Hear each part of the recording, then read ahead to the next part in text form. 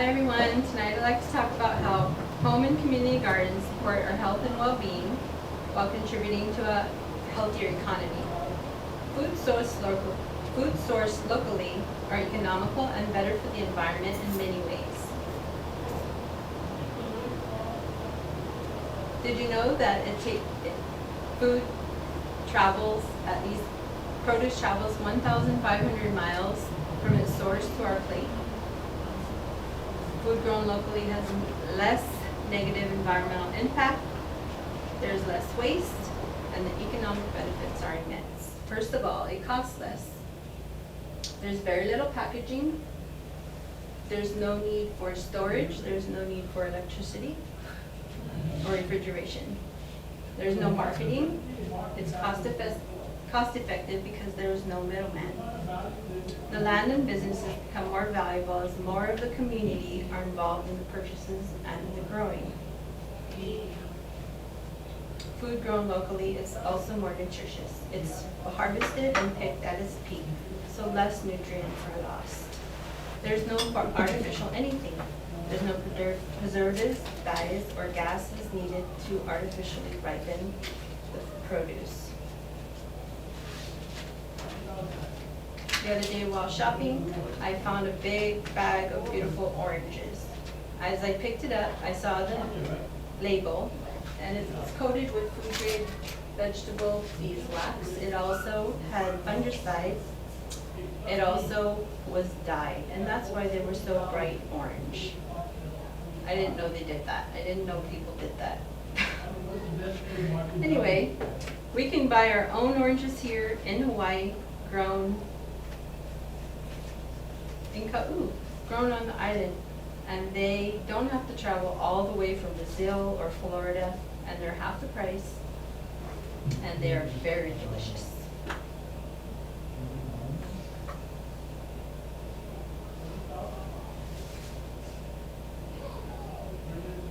Food grown locally supports wellness.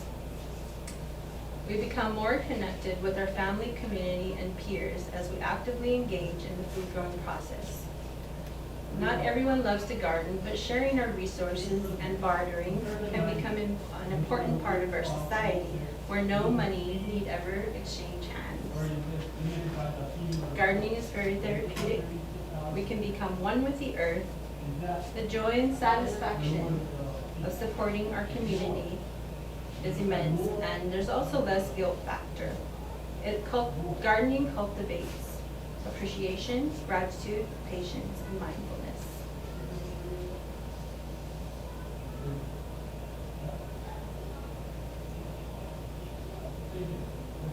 Recently, I talked with Mr. Matthew Williams of Alapai Intermediate School. Mr. Williams is the overseer of the Ho'ohui Gardening Project.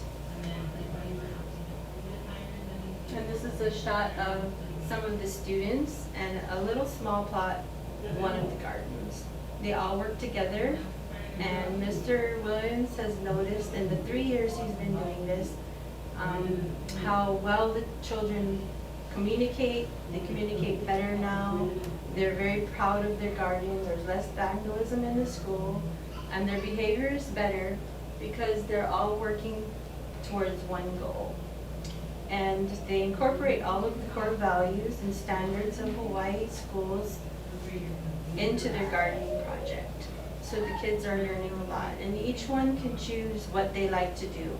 If they don't really want to get down and dirty in the dirt, they can journal, they can plan, but they all do their part, and eventually they all do every part. And he's very proud of them, and he thinks it's a wonderful project, as do I.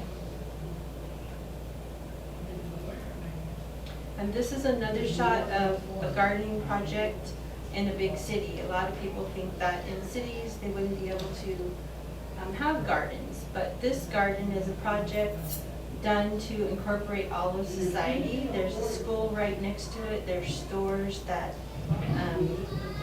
help, and they provide some seeds, and the grandparents come out and help, the children come out and help, and the parents all work together, and it's a very successful program.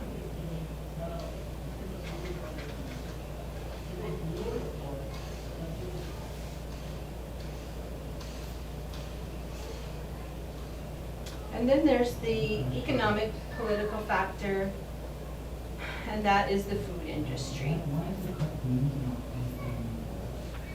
People are fed by the food industry, which pays no attention to our health, and are treated by the health industry, which pays no attention to our food.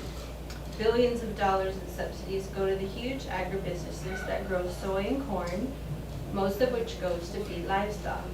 Funding these crops supports the production of meat and dairy, the same foods that cause heart disease, obesity, diabetes, and other chronic diseases. Then the government purchases a surplus of these foods. They give it away to programs such as the WIC program, food bank, and the school lunch programs, which are mostly geared towards children.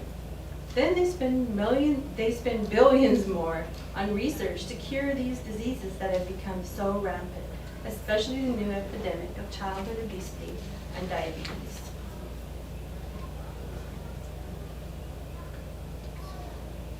This pyramid here represents the billions of dollars that the food industry spends.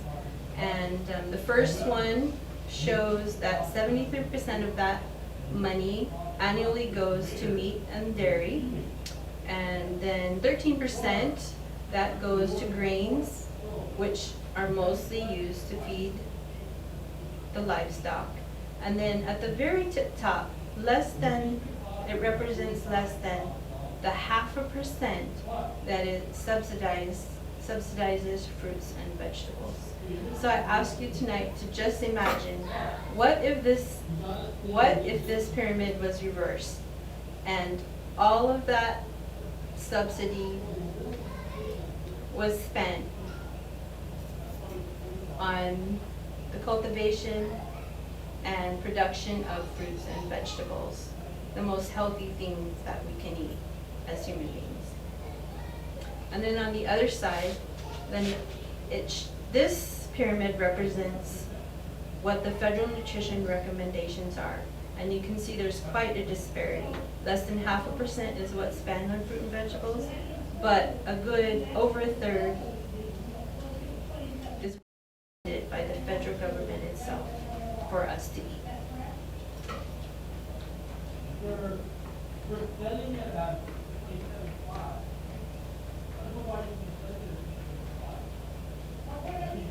So I wanted to include this slide right here because a lot of people say, well, I live in an apartment or a small little house and I just can't have a garden.